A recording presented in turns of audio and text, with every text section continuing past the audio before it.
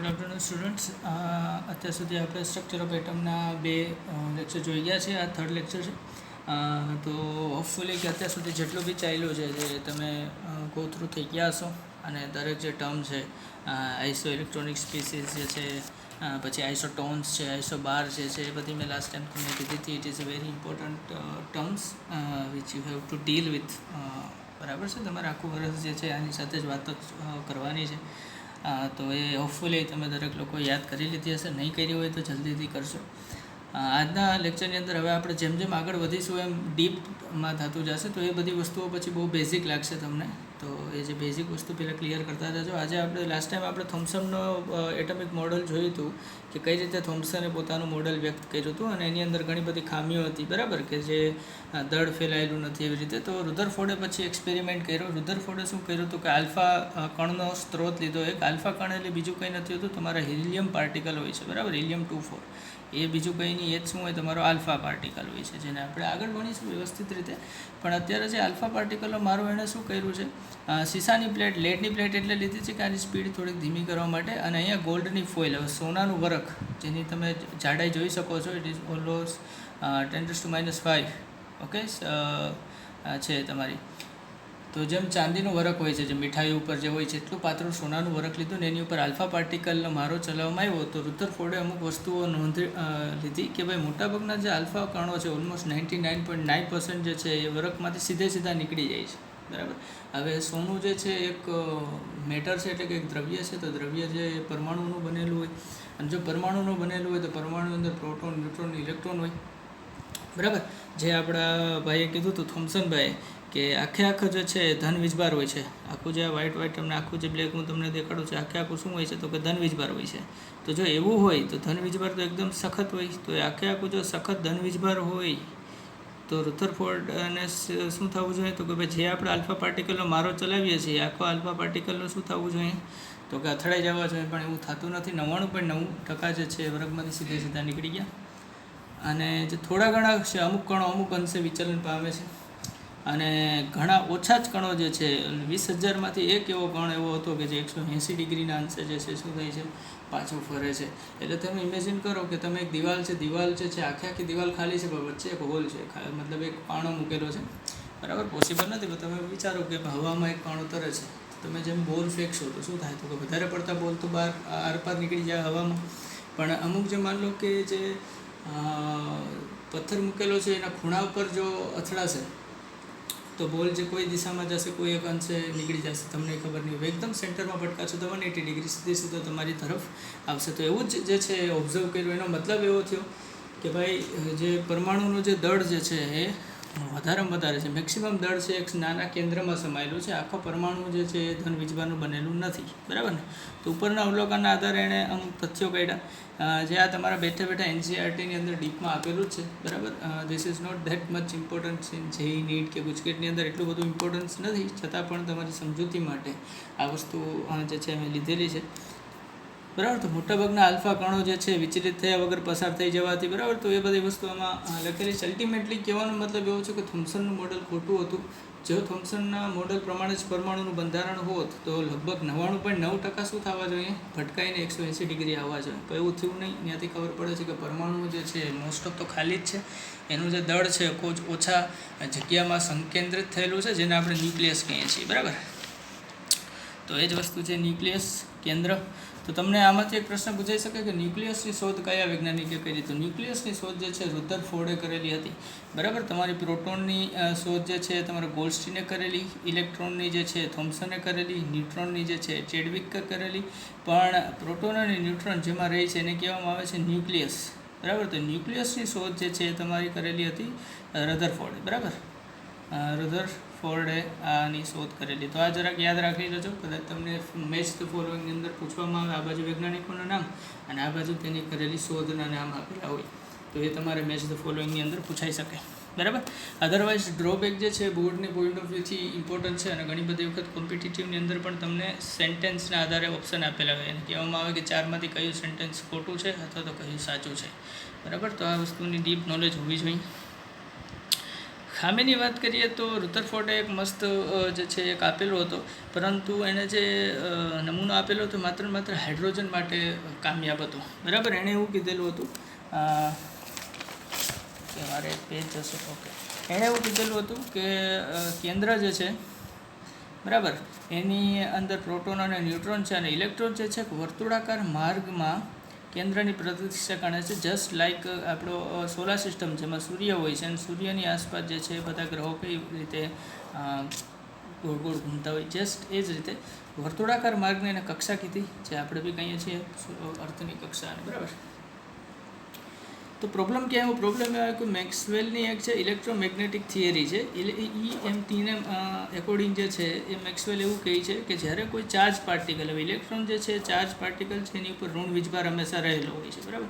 તો જ્યારે કોઈ ચાર્જ પાર્ટિકલ વર્તુળાકાર માર્ગમાં સતત ગતિ કરે ત્યારે એક્સેલરેશન પામે, એટલે કે પ્રવેગિત થાય. કારણ કે એની દિશા સતત બદલતી હોય. તમે જો તો પહેલાં આ દિશામાં જાય, હવે આ દિશામાં જાય, તો એ દિશા બદલાવાના કારણે પ્રવેગિત થાય, અને એ પ્રવેગિત થાય ત્યારે પોતાની અંદરથી અમુક એનર્જી જે છે રેડિએટ કરે. હવે એનર્જી છે એ ઓછી થાય, એનો મતલબ શું થાય? તો કે એની સ્પીડ ઓછી થાય. અને જો ફરતા ફરતા ઇલેક્ટ્રોનની સ્પીડ ઓછી થાય તો ધીરે ધીરે ધીરે શું થાય? તો કે આવી રીતે ધીમો પડતો જાય ને એક સમય ક્યાં આવી જાય? કેન્દ્રની અંદર ઘૂસી જાય. જો એવું થાય તો પરમાણુ ડિસ્ટ્રોય થઈ જાય અને કોઈ પણ પ્રકારનું દ્રવ્ય અસ્તિત્વમાં રહે નહીં. એ તો થતું જ નથી, કારણ કે દ્રવ્ય બધા અસ્તિત્વમાં છે. અને આવી કેલ્ક્યુલેશન પ્રમાણે 10⁻⁸ સેકન્ડની અંદર જ જે છે ઇલેક્ટ્રોન ઘૂસી જાય.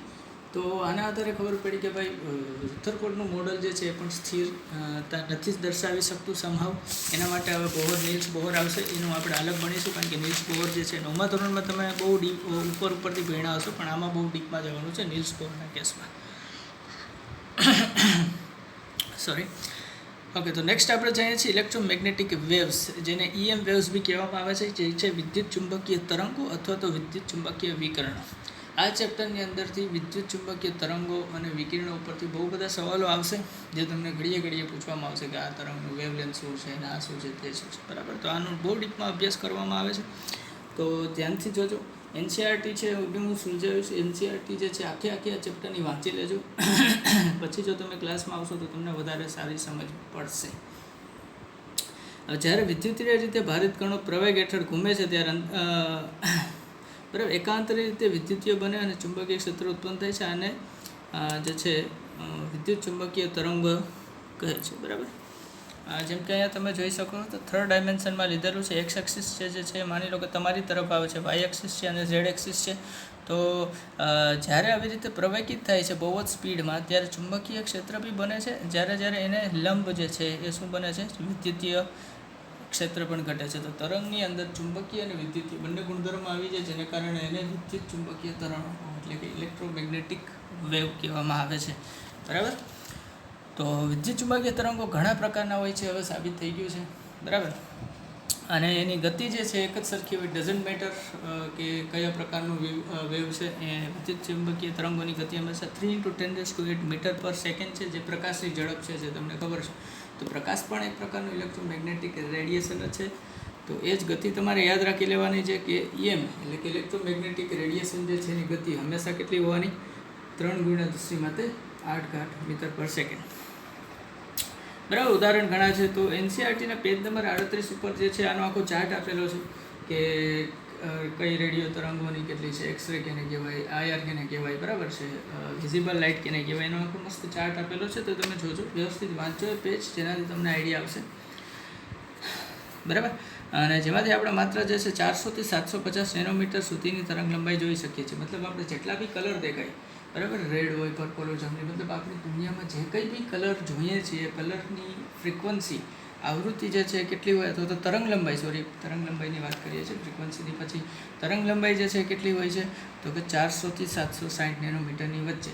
400 થી નીચેની તરંગ લંબાઈના આપણે જોઈ નથી શકતા, કે 750 ઉપરની તરંગ લંબાઈનો કલર કે તરંગો જે આપણે જોઈ શકતા નથી. બરાબર. તો આ એક વસ્તુ યાદ રાખજો કે જેટલો બી કલર જે આપણે જોઈએ છે ને વિપક્યોર જાનેવાલી પીનારા, તો એની અંદર જે છે આપણે જોઈ શકીએ છીએ કે જેટલા બી જે પટ્ટો આવે છે ને, જાંબલીથી લઈને લાલ સુધી, એ આખો પટ્ટો જે છે એ તરંગ લંબાઈ કેટલી હોય? 400 થી 750 નેનોમીટર. એની ઉપરના બી આપણે નથી જોઈ શકતા કે નીચેના બી નથી જોઈ શકતા.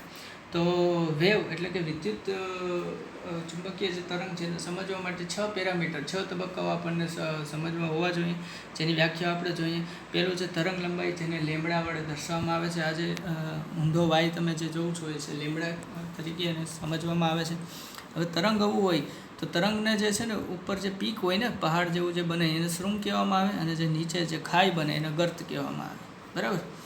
તો 2 શૃંગ અને 2 ગર્ત વચ્ચેના જે ડિસ્ટન્સ હોય એને આપણે લેમ્બડા તરીકે ઓળખવામાં આવે છે. આ જે એ છે એ શૃંગની હાઇટ છે, અને અહીંયા જે એ છે એ શું હોય છે? ગર્તની ઊંડાઈ છે. તો એ બંને હંમેશા સરખી જ હોય. બરાબર. જેટલો શૃંગ બને એટલો જ શું બને? ગર્ત બને. અધરવાઇઝ તમે આ વેવને પલટી નાખો તો ગર્ત શૃંગ બની જાય અને શૃંગ ગર્ત, મતલબ એ બંને ઇક્વલ જ હોય છે. બરાબર. ઓકે. તો તરંગ લંબાઈ એટલે કે લેમ્બડા અથવા તો વેવ લેન્થની વ્યાખ્યા આપણે જોવા જઈએ તો 2 નજીકના શૃંગ અથવા ગર્ત વચ્ચેના અંતરને શું કહેવાય? તરંગ લંબાઈ કહેવાય. તો આ ચાર્ટમાં તમે જોઈ શકો છો કે 2 નજીકના શૃંગ અને ગર્ત વચ્ચેની જે લંબાઈ જોવા મળે છે એને જ તરંગ લંબાઈ કહેવાય. અને એના એકમો ખાસ યાદ રાખજો. એંગસ્ટ્રોંગ, જે પહેલા ચેપ્ટરની અંદર આખો કોષ્ટક આપેલો છે. પછી છે પિકોમીટર, પીએમ, નેનોમીટર, સેન્ટીમીટર અને મીટર જેવા એકમો દર્શાવવામાં આવે છે. એનું મેં અહીંયા જે છે તમને વ્યવસ્થિત રીતે કઈ રીતે એનું એકમો જે છે ફરે, બરાબર, એ બી જોઈ લીધું છે કે એંગસ્ટ્રોમનું મીટરમાં કઈ રીતે રૂપાંતર થાય, પીએમનું એમમાં કઈ રીતે થાય. બરાબર. તો એ વ્યવસ્થિત યાદ રાખવું આખા ચેપ્ટરમાં કામ આવશે. ઇવન ફિઝિક્સમાં બી તમને કામ આવશે. નેક્સ્ટ જે છે પરિબળ એ છે આપણું ફ્રિકવન્સી, જેને આવૃત્તિ કહેવામાં આવે છે. વી નથી, આ મ્યુ આને વાંચવામાં આવે છે. બરાબર. તો મ્યુ જે છે એનો સિમ્બોલ છે વી, તમે લખી શકો. 1 સેકન્ડમાં કોઈ એક બિંદુમાંથી પસાર થતા તરંગની સંખ્યા. બરાબર. વ્યાખ્યા તમને લગભગ ક્યાંય નહીં પૂછવામાં આવે, બોર્ડમાં કદાચ પૂછાઈ શકે. અધરવાઇઝ તમારે આના સૂત્રો ડાયરેક્ટ યાદ રાખવાના છે. બરાબર. આના આધારે દાખલા જ પૂછાય, દાખલા આધારે લગભગ તમારું બધું કવર થઈ જાય. તો 1 સેકન્ડમાં કોઈ એક બિંદુમાંથી પસાર થતા તરંગની સંખ્યા, જેને હર્ટ્ઝ વડે દર્શાવવામાં આવે છે. ફ્રિકવન્સી સેકન્ડ ઇન્વર્સ અથવા તો સીપીએસ. તમે ડીટીએચ જોતા હોય અથવા તો ટીવીની અંદર જે છે ને ફ્રિકવન્સી આપેલી હોય કે ભાઈ આ ચેનલની ફ્રિકવન્સી એટલી છે, આ ચેનલની ફ્રિકવન્સી એટલી છે. બરાબર. તો ફ્રિકવન્સી એટલે બીજું કંઈ નહીં, જે છે એ કોઈ એક બિંદુમાંથી 1 સેકન્ડમાં પસાર થવાની કેટલા તરંગો પસાર થાય. બરાબર. જેમ કે આપણી જે લાઇટ આવે છે ઘરે એની ફ્રિકવન્સી છે 50 હર્ટ્ઝ હોય. બરાબર. અમેરિકામાં જે લાઇટ આવે છે એની ફ્રિકવન્સી 60 હર્ટ્ઝ હોય. તો આપણે અહીંયા જે ઇન્સ્ટ્રુમેન્ટ બનાવવામાં આવે છે, કે પંખો એનો છે, એનું જે ટીવી છે, એ 50 હર્ટ્ઝની પાવરના આધારે અથવા તો 50 હર્ટ્ઝની ફ્રિકવન્સીના આધારે બનાવવામાં આવતું હોય. બરાબર. તો અહીંના ઇન્સ્ટ્રુમેન્ટ તમે અમેરિકામાં જઈને લગાડો તો કામ ના કરે અથવા તો બળી જાય, કારણ કે ત્યાંની ફ્રિકવન્સી જે છે એ લાઇટની વધારે છે. ઓકે. તો એને એકમ યાદ રાખશો. 1 હર્ટ્ઝ એટલે બીજું કંઈ નહીં, 1 સેકન્ડ ઇન્વર્સ અથવા તો 1 સીપીએસ. સીપીએસ એટલે સાયકલ પર સેકન્ડ, એટલે કે 1 સેકન્ડમાં કેટલા સાયકલ જે છે એ રાઉન્ડ મારે છે. નેક્સ્ટ જે છે પરિબળ છે જે ટાઈમ પીરિયડ, કે એક બિંદુમાંથી તરંગને પસાર થવા માટે લાગતો સમય. તો એ બહુ ઇમ્પોર્ટન્ટ છે. ટી એ ઇક્વલ ટુ 1/μ. બરાબર. અને નેક્સ્ટ છે વેલોસિટી. તો વેલોસિટી એટલે સી, જેને વેગ કહેવામાં આવે છે. તો 1 સેકન્ડમાં તરંગ દ્વારા કાપવામાં અંતર, તો સી બરાબર શું થાય? લેમ્બડા અપોન ટી થાય. બરાબર. તો she is equal two lambda upon T, અને 1/t એટલે તો શું થાય પાછું? વી થાય. તો લેમ્બડા ઇન્ટુ વી થાય. 1/t અહીંયા જે છે મ્યુને આપણે સૂત્રનો કરતા બનાવીએ તો 1/t બરાબર શું થઈ જાય? મ્યુ થઈ જાય.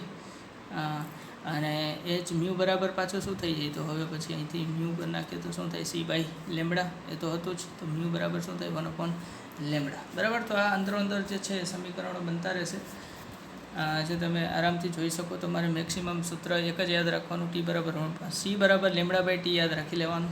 બરાબર. ઓકે. તો વેવ નંબરની વાત કરીએ તો જેને કહેવામાં આવે છે વી બારથી દર્શાવવામાં આવે છે. મ્યુ બારથી તરંગ સંખ્યા, એકમ લંબાઈમાં રહેલા તરંગની સંખ્યા, જેનું સૂત્ર છે 1/લેમ્બડા. બરાબર. અથવા તો તરંગ લંબાઈના વ્યસ્તને શું કહેવામાં આવે છે? Wave number. ઓકે. જેને ઓકે તરંગ લંબાઈનો એકમ હતો આપણે મીટર, તો તરંગ લંબાઈનો વ્યસ્ત કરો તો મીટર ઇન્વર્સ, સેન્ટીમીટર ઇન્વર્સ. બરાબર. તો બહુ ઇઝી થઈ જાય. નેક્સ્ટ આવે છે એમ્પ્લિટ્યૂડ. એમ્પ્લિટ્યૂડ એટલે હાઇટ અને શૃંગની ઊંચાઈ, અને આને ગર્તની ઊંડાઈ તમે ગણી શકો. તો મ્યુ ઇઝ ઇક્વલ ટુ સી/લેમ્બડા આપણને ખબર જ છે. બરાબર. તો મ્યુ ઇઝ ઇક્વલ ટુ શું થાય? સી/લેમ્બડા. આ સૂત્ર વેરી ઇમ્પોર્ટન્ટ છે, યાદ રાખવાનું છે. આવૃત્તિ અને તરંગ લંબાઈ વચ્ચેનો સંબંધ દર્શાવતું સૂત્ર છે. Mu is equal to c lambda. અહીંયા જે છે સી ઇન્ટુ 1/લેમ્બડા થાય. 1/લેમ્બડા એટલે તમે બાર. તો મ્યુ બરાબર સી ઇન્ટુ જે છે આપણો વી બાર જે દર્શાવવામાં આવે છે વેવ નંબર. તો અગેન એક તમારા માટે બહુ ખાસ સલાહ એ જ છે કે આ જેટલી બી આપણે વ્યાખ્યાઓ છે, આ પહેલાંના લેક્ચરમાં બી બહુ બધી વ્યાખ્યાઓ જોઈ હતી, બહુ બધા સૂત્રો જોયા હતા. આ લેક્ચરની અંદર પણ બહુ બધી વ્યાખ્યાઓ છે અને એના અલગ અલગ સૂત્રો છે. તો કન્ફ્યુઝન ના થાય એના માટે એક વખત તમે લખો તો છો જ તમારી નોટ્સમાં, પરંતુ હજી એક રફ પેપર લો અને મોઢે લખવાની ટ્રાય કરો. બરાબર, જાતે લખવાની ટ્રાય કરો અને try to remember the things. Okay, ultimately તમારે યાદ રાખવું પડશે. તમે ગમે એટલું સમજો, ગમે એટલું કરો, that doesn't matter, ultimately you have to remember. Next વાત કરીએ તો આના આધારિત પ્રશ્નો જે કંઈ બી શીખા એના આધારિત ક્વેશ્ચન છે જે તમારી એનસીઆરટીમાં ઓલરેડી સોલ્ડ એક્ઝામ્પલ છે, તો હું એમને સોલ્વ કરીને તમને એક્સપ્લેન કરું કે how this things are work. Okay, તો વિવિધ ભારતી સ્ટેશન છે દિલ્હીનું, એમાંથી એ 1368 કિલો હર્ટ્ઝ જે છે આવૃત્તિ પર પ્રસારણ કરે છે. તો ટ્રાન્સમીટર વડે ઉત્સર્જિત થયેલા વિદ્યુતચુંબક વિકર્ણની તરંગ લંબાઈ શોધો. હવે વિવિધ ભારતી એક રેડિયો ચેનલ છે અને જે તરંગો જે છોડે છે એની તમને ફ્રિકવન્સી આપેલી છે, તમારે એની તરંગ લંબાઈ શોધવાની છે. તો ફ્રિકવન્સી અને ફ્રિકવન્સી એટલે કે આવૃત્તિ અને તરંગ લંબાઈ વચ્ચેનો સંબંધ દર્શાવતું સૂત્ર આપણને ખબર છે, μ=c/λ, જ્યાં c શું હોય છે, c જે વેગ હોય છે કે એનો જે આપણને ખબર છે કેટલો હોય, 3 × 10⁸ મીટર પર સેકન્ડ. ઓકે, અહીંયા કિલો હર્ટ્સ આપેલું છે, તો ક્યારે પણ કિલો, મેગા કે ગીગા કોઈ પણ હર્ટ્સ આપેલું હોય એને આપણે હર્ટ્સમાં ફેરવવાનું. સામાન્ય જે એકમ છે એની ઉપર લઈ આવવાનો. તો અહીંયા સી જે છે 3 × 10⁸, મ્યુ જે છે 1368 કિલો હર્ટ્સ, તો 1368 × 10⁻³ હર્ટ્સ. બરાબર, કિલોને આપણે શું લખી શકીએ, 10⁻³ તો 10 અને હર્ટ્સને આપણે શું લખી શકીએ, સેકન્ડ ઇનવર્સ. બસ, તો આ સિમ્પલ ફોર્મ્યુલા μ=c/λ. તો આપણે લેમડા જોઈએ છે, તો λ c/μ. તો સી આપણને ખબર છે 3 × 10⁻³ મીટર ઇન્ટુ સેકન્ડ ઇનવર્સ લખ્યું શું કામે, કારણ કે પર સેકન્ડ. બરાબર, તો છેદનો છેદ અંશમાં જઈ અને અહીંયા બી તમે જોઈ શકો છો કે આપણે અહીંયા આ લખી નાખ્યું, તો સેકન્ડ ઇનવર્સ અથવા હર્ટ્સનું આપણે સેકન્ડ ઇનવર્સ કેન્સલ, મીટર જવાબ આવશે તમારો 219. તો આ જે ક્વેશ્ચનો થાય છે એની અંદર તમારે એકમ જોડે લખજો, જેથી એકમ જે છે કેન્સલ થાય, સેકન્ડ અહીંયા કેન્સલ થાય અને જવાબ આવશે તમારો મીટરમાં. ઓકે, કારણ કે તરંગ લંબાઈ આપણે કેમાં માપીએ, હંમેશા મીટર. તો તમને પછી એંગસ્ટ્રોમમાં પૂછ્યું હોય તો મીટરને એંગસ્ટ્રોમમાં ફેરવવાની. બરાબર, એ બધી વસ્તુ તમને આવડવી જોઈએ. તો ધીસ ઇઝ ઇટ. આવી રીતે ક્વેશ્ચનો સોલ્વ થાય. સિમ્પલ તમને રકમ થોડીક હાર્ડ આપેલી હશે, અધરવાઇઝ વેરી સિમ્પલ એક પ્રકારની જે છે સૂત્ર ઉપર જ પ્રશ્ન આવે છે તરંગ લંબાઈના. નેક્સ્ટ એક ક્વેશ્ચન જો સોલ્ડ એક્ઝામ્પલ છે કે પીળું વિકિરણ જેની તરંગ લંબાઈ 58 એંગસ્ટ્રોમ છે તેની તરંગ સંખ્યા અને આવૃત્તિ ગણો. હવે એંગસ્ટ્રોમમાં આપેલી છે તો તરંગ લંબાઈ એને મીટરમાં ફેરવીશું. બરાબર, એટલે 10⁻8 સેન્ટીમીટર થઈ જશે.